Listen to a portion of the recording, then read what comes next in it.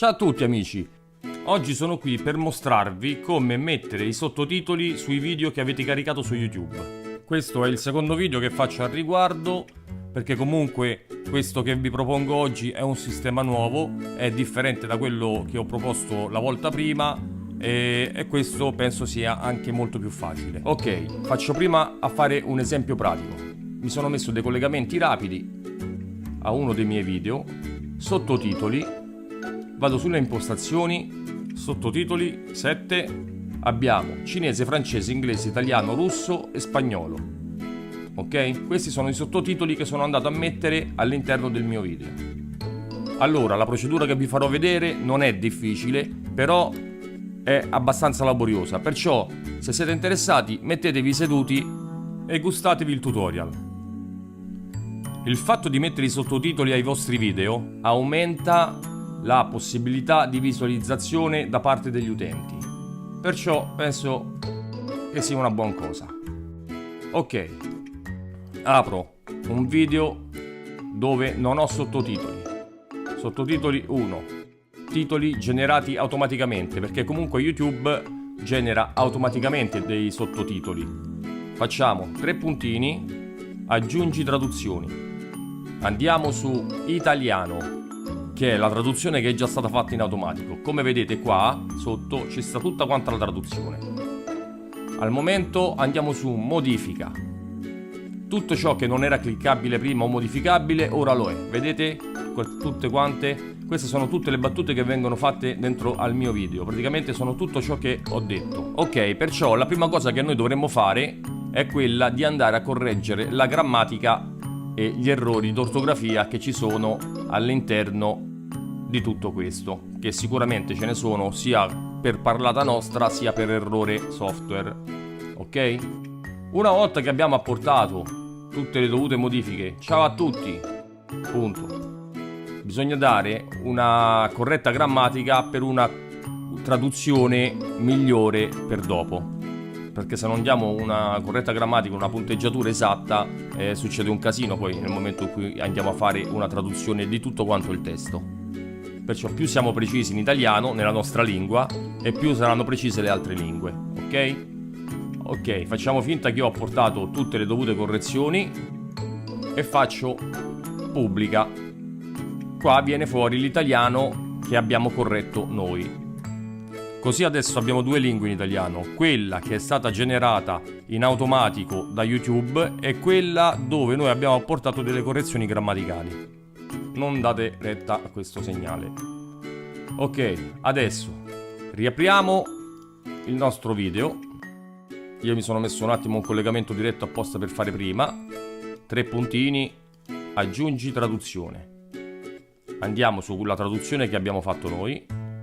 Azioni, SRT, scarica in SRT. Questo è il contenuto che siamo andati a correggere prima. Ora lo salvo, salva con nome, in questo caso lo chiamo italiano. Gli cambio il formato, non sarà CSS ma sarà SRT. Lo salvo sulla mia scrivania, eccolo qui, vedete? Questo è l'italiano. Ora vado ad aprirmi un traduttore che sta su internet, un traduttore web. Sotto vi lascerò il link. Facciamo traduci ora.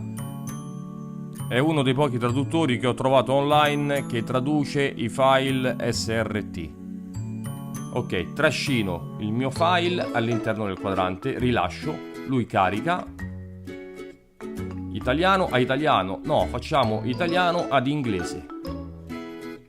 Traduci, aspettiamo qualche secondo. Ok, scaricato.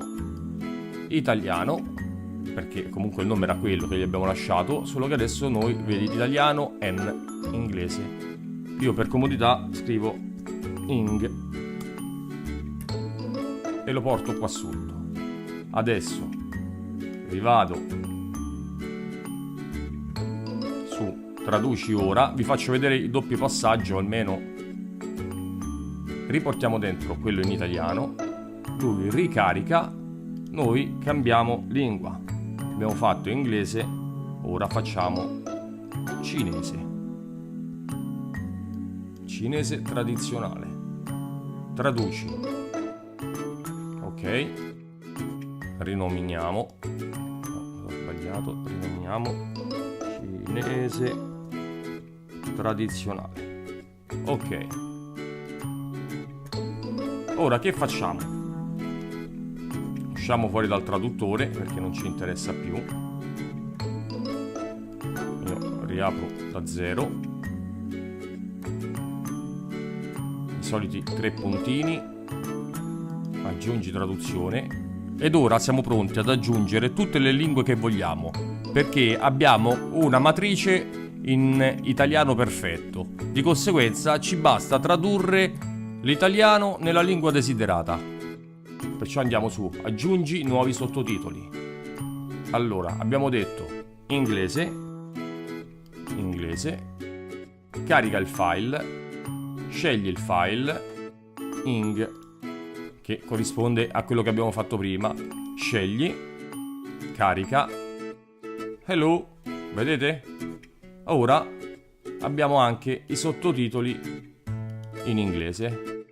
Faccio pubblica, aggiungi nuovi sottotitoli, cinese, abbiamo detto che era cinese tradizionale, non so neanche che differenza ci sia.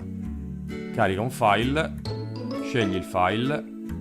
Allora, cinese tradizionale, trad, era questo, cinese trad. Scegli, carica.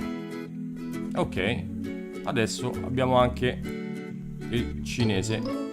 Vedete? La cosa molto carina è che se voi andate a scrivere all'interno del quadrante potete anche mettere l'emoji. Vedete? Molto simpatico. Pubblica. Ok, chiudo. Questo è il mio video. Come potete vedere adesso, se attivo i sottotitoli e vado sulle impostazioni, lui mi dirà sottotitoli 4. Scegliamo che tipo di sottotitoli mettere. Mettiamo cinese. Eccolo qua. Ok, perfetto. Poi potete anche impostare sottotitoli, opzioni. Vabbè, ovviamente in cinese non riusciremo a vedere la differenza, però ci stanno anche i vari stili, stampatello, corsivo o come volete. Potete impostarlo come impostazione predefinita.